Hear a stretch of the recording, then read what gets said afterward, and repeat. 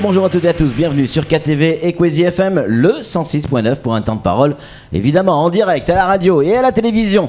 Notre invité ce matin c'est Myri Mwemwa qui est avec nous, je vais vous appeler Myri, hein? Myri Mwemwa, le bon arbre. Merci d'être avec nous. Alors vous étiez déjà venu sur ce plateau il y a quelques mois de cela pour nous parler d'un projet qui consistait effectivement à mettre en place une maison médicale à Anjouan parce que votre idée elle est très simple, c'est d'empêcher les Anjouanais de venir à Mayotte pour se soigner, mais les soigner directement sur place. Vous en êtes où aujourd'hui de ce projet? Salam alaikum. Là où je suis, vraiment, ça fait mal de le dire, mais toute chose n'est pas bonne à dire, mais aujourd'hui, je sais quand même de le dire. Sur Equazi, on peut tout dire. Oui.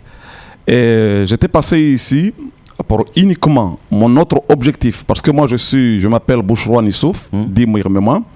Je suis le fondateur de Maison Médicale Associative. Le but de créer cette association, j'ai vu que à Mayotte, il y a beaucoup de gens qui arrivent ici se faire soigner clandestinement, et puis trop c'est trop. Et puis depuis à cette époque-là, il y a beaucoup de gens qui meurent à la traversée. Alors je me suis dit, pourquoi pas, si je veux créer une association médicale à Anjouan, que ces gens-là puissent soigner là-bas pour ne pas engorger CHM. Ça, on a bien compris. Mais est-ce que, ça y est, l'association existe? Est-ce que la maison médicale existe à Anjouan? La maison médicale existe depuis le mois de juillet 2014. D'accord. Et donc ça fonctionne? Les gens viennent se soigner là-bas? Les gens viennent beaucoup. Oui. Mais il y a un peu de soucis. C'est quoi le souci? Et le souci, il y a beaucoup de gens qui arrivent se faire soigner, car on le fait gratuitement, on ne le fait que le diabète, la consultation le test de glycémie et la tension, et en même temps les consultations de malades. Alors il y a un problème aussi, c'est que la dernière fois que vous êtes passé sur ce plateau, vous êtes allé pendant 2 jours chez les gendarmes à Anjouan. Vous avez été entendu parce que Equazi est capté à Anjouan et on vous a mis un coup de pression là-dessus. Oui, en tout cas, j'ai eu un peu de pression. Oui. Mais c'est... Mais pourquoi? Parce que la cause est belle. On nous expliquait tout à l'heure que à partir du moment où vous empêchez, enfin vous demandez aux gens de rester sur Anjouan pour se faire soigner, vous avez face à vous toute une armada de gens qui disent attention, tu touches à notre business. Le business, c'est quoi ça? C'est ça le problème? Je peux dire que oui ou non, mais vous savez que on fait la consultation gratuitement pour aider les gens.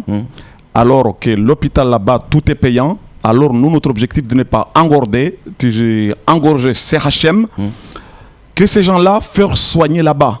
Alors vous savez que nous, on les fait gratuit. Il y avait de la pharmacie, il y avait des hôpitaux. Alors il y a beaucoup de gens de pression qui me disent que moi, je suis franco-comorienne. Je suis là pour déstabiliser les hôpitaux d'Anjouan. Alors ça, ce n'est pas notre objectif. Notre objectif, c'est de soigner ces gens-là chez nous, gratuitement, au lieu de mourir dans la mer. Vous n'avez pas répondu à la question. Est-ce que vous êtes confronté au problème des gens qui font le business des Kwassa? Dossier classé sans suite. plutôt compliqué et pour vous à aborder. On va y venir. Encore une question. L'immigration aujourd'hui, elle est véritablement organisée, ça on le sait, mais ça va loin. C'est-à-dire que même certains médecins aux Comores encouragent les personnes à venir sur Mayotte parce que sur Mayotte les soins sont gratuits alors que aux Comores c'est payant. Oui. C'est ça? Oui. Je peux dire que oui ou non, parce que nos patients qui sont en juin, parfois ils n'ont pas confiance à nos médecins. De que moi je n'attaque pas le médecin, mais je suis sur le terrain, je vois ce qui se passe. À chaque fois que tu vas à l'hôpital, tu vas voir un médecin. Bonjour docteur, il faut de l'argent. Dès que tu vas à l'hôpital, tant que tu n'as pas de sous, on ne te soigne pas. Alors parfois moi j'ai assisté moi-même des gens qui n'ont pas de l'argent pour se faire soigner. Ils tremblaient comme des lézards. Alors moi je dis, ça c'est l'hôpital ou quoi? Alors moi ça me fait mal. Les gens là, ils préfèrent devenir à Mayotte. Ils croyaient qu'on va se faire soigner gratuitement. Ils risquent la mer de venir ici. Mais il y a vraiment des problèmes où on ne peut pas le parler tous ici à la télé. Oui, mais sur Kwezi, on peut dire. Sinon, ça sert à rien de venir sur Kwezi. Et autant aller ailleurs. Mais sur Kwezi, on dit les choses telles qu'elles sont. Il y a un problème également, on en parlait tout à l'heure, c'est que les consignes qui sont données, on explique aux clandestins qui arrivent à Mayotte comment il faut faire une fois arrivé sur la plage. Ah, effectivement, là, moi je ne suis pas contre de ces gens-là, mais moi j'ai vu, il y a certaines personnes qui disent, si vous allez à Mayotte, vous allez payer. Et si vous allez là-bas, pour avoir un docteur, ça va mettre beaucoup de temps. Ouais. Vous rentrez dans le Kassokosan, et pour vous arriver à la plage, vous se laissez là, vous appelez pompier. Et pompier va vous prendre directement, vous allez être soigné gratuitement. Alors vous avez le risque qu'ils prennent de payer 500 € de billets, de vivre ou la mort, d'arriver à Mayotte, de laisser dans l'îlot de Mtsamboro ou de certains endroits. Ça, c'est vraiment lamentable. Et puis, à chaque fois que je parle, les gens ne m'écoutent pas. Samuel Bocher. Oui, à la maison de santé associative que vous avez montée, la consultation était à 1 €. Les gens ne pouvaient pas payer parfois 1 €, donc vous avez passé gratuitement quand c'est possible. Oh. Pourtant, ils peuvent payer 500 € pour venir à Mayotte et prendre un Kwassa. Oui.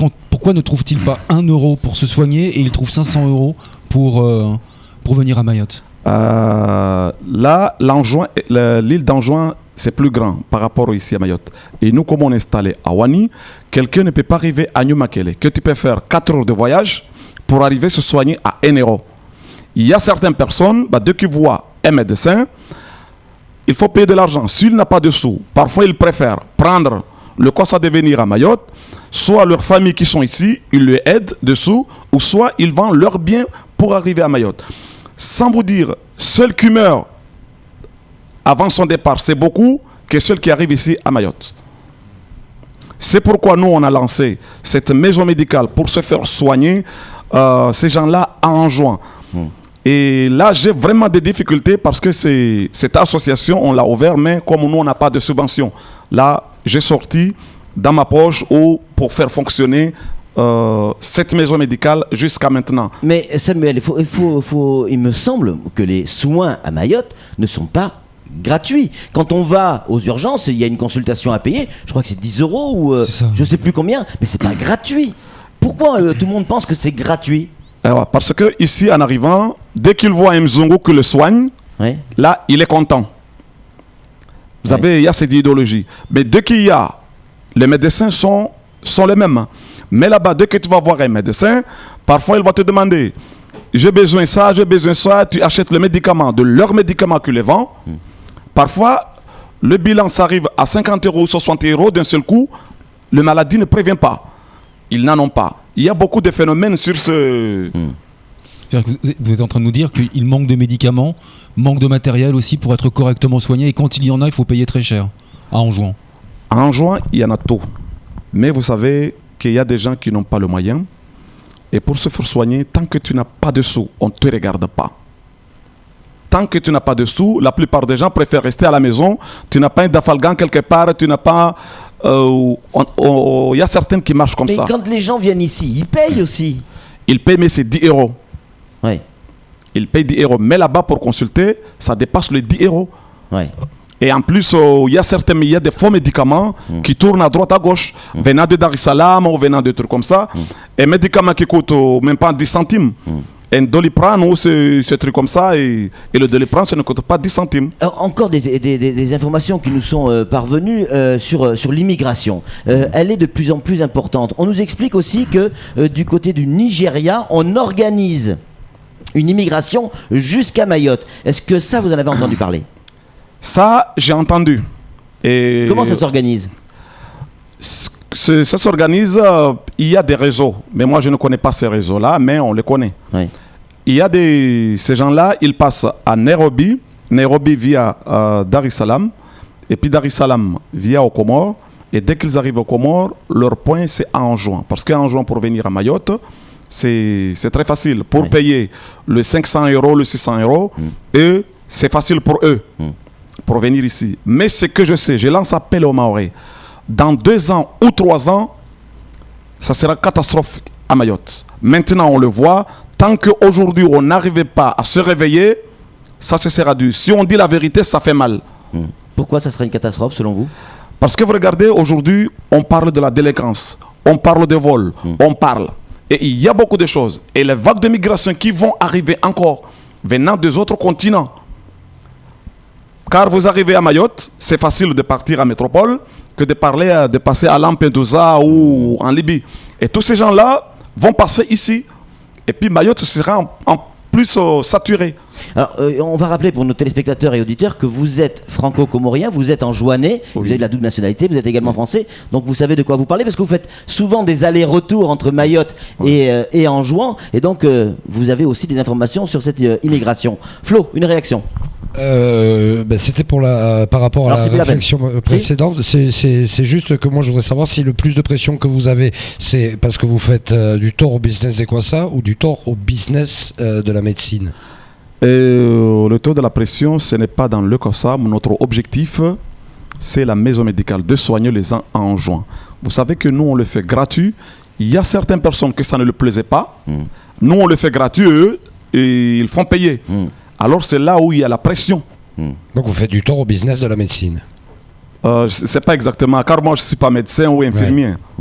En tout cas, certains le voient comme ça. Ce que vous nous dites là sur l'immigration, Samuel, vous pouvez évidemment réagir là-dessus. Ça fait peur parce que là, on parle pas d'une immigration, enfin vous ne parlez pas d'une immigration, les Anjouanais qui viennent à Mayotte, celle-là on la connaît, mais là on parle de plus loin, on parle du Nigeria, on parle de quelque chose qui est organisé, qui est en train de se préparer, avec un réservoir de personnes à Dar el Salam qui arriverait aux Comores, puis à Anjouan, au stock à Anjouan, et régulièrement on fait passer les gens par quoi ça fait peur. Et oui, effectivement. Oui, mais on l'a déjà vu, comment dire, avec Palestiniens. On a eu 4 Syriens. Et Tibétains également, on a eu. Tibétains, Bhoutanais. Ouais. Enfin bon, là, les Nigérians, ça peut s'expliquer parfaitement. Et il y a aussi, comment dire, le Mali. Il y a aussi la Somalie. Tout ça, ça peut arriver très facilement. Oui, parce que c'est pas forcément des Nigérians. La plaque est au Nigeria, puis on va à Dar el Salam. Je pense qu'effectivement... Ça peut être aussi la Centrafrique. Ouais, la Centrafrique et la Somalie qui sont toutes proches. Est-ce que Mayotte, ou la France, d'une manière ou d'une autre, vous aide à développer cette maison médicale à Anjouan? Je vous jure, au nom d'Allah, que jusqu'à maintenant, il n'y a aucune personne qui nous aide. C'est moi, avec certains collaborateurs ou certains amis, qu'on sort dans notre poche pour lutter contre ce flux migratoire concernant de la santé. Mais jusqu'à maintenant, aucune personne, je rentrais à droite à gauche ou de mendier à droite à gauche pour trouver des petites aides. Parce que vous voyez, c'est là on paie le loyer, il y a beaucoup de charges à faire. Et la consultation, on achète des médicaments. Parfois ici, il y a certaines personnes, c'est vrai, qui nous aident. Des petits médicaments ou donnent un peu de sous, qu'on nous achète des médicaments locaux.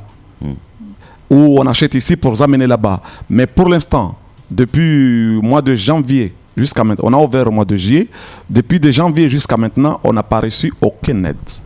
Alors il y a des gens qui nous soutiennent. On va vous soutenir, c'est bonne idée, mais sur le terrain, aucune personne. C'est pourquoi je lance appel à toutes les associations de Mayotte ou tout le monde de faire, mais soutenir pour aider cette maison médicale. Et en plus, récemment, là, on a fait une réunion chez député Banali, et que je l'avais contacté. Il faut nous aider sur ces structures. On a discuté avec le député Banali. Qu'est-ce qu'il a dit? Il est d'accord sur notre projet, parce qu'il le soutient comme avant, je ne l'avais pas mis au courant. Maintenant, il est d'accord. On a fait une réunion le 28 chez lui. Et puis, on va essayer d'ouvrir une autre association ici, ou de trouver une association qu'on peut parrainer pour aider maison médicale. Dernière question, Sam. Personne ne vous a orienté vers la préfecture, parce qu'il y a les fonds européens, et il y a 12 millions qui sont affectés à Mayotte pour faire de la coopération régionale, et notamment de l'humanitaire de la santé. C'est complètement dans ce registre-là. Vous pourriez être subventionné par l'Europe. C'est pourquoi je suis arrivé ici, en parler plus. Il y a la Croix-Rouge qui nous soutient. Et puis mon idée, il y avait encore ARS qui nous soutient. Mes idées continuer. Il y avait encore CHM. Qu'il y a des gens de CHM qui nous soutiennent qu'il faut faire le combat. Merci beaucoup d'être venu. On sait également les risques que vous prenez à venir parler sur ce plateau. On a vu la dernière fois que vous avez passé effectivement du temps du côté de la gendarmerie aux Comores. Des déclarations qui font froid dans le dos. En tout cas, merci d'être venu, d'avoir répondu à nos questions. C'est tout pour ce temps de parole. Tout de suite, la suite de nos programmes.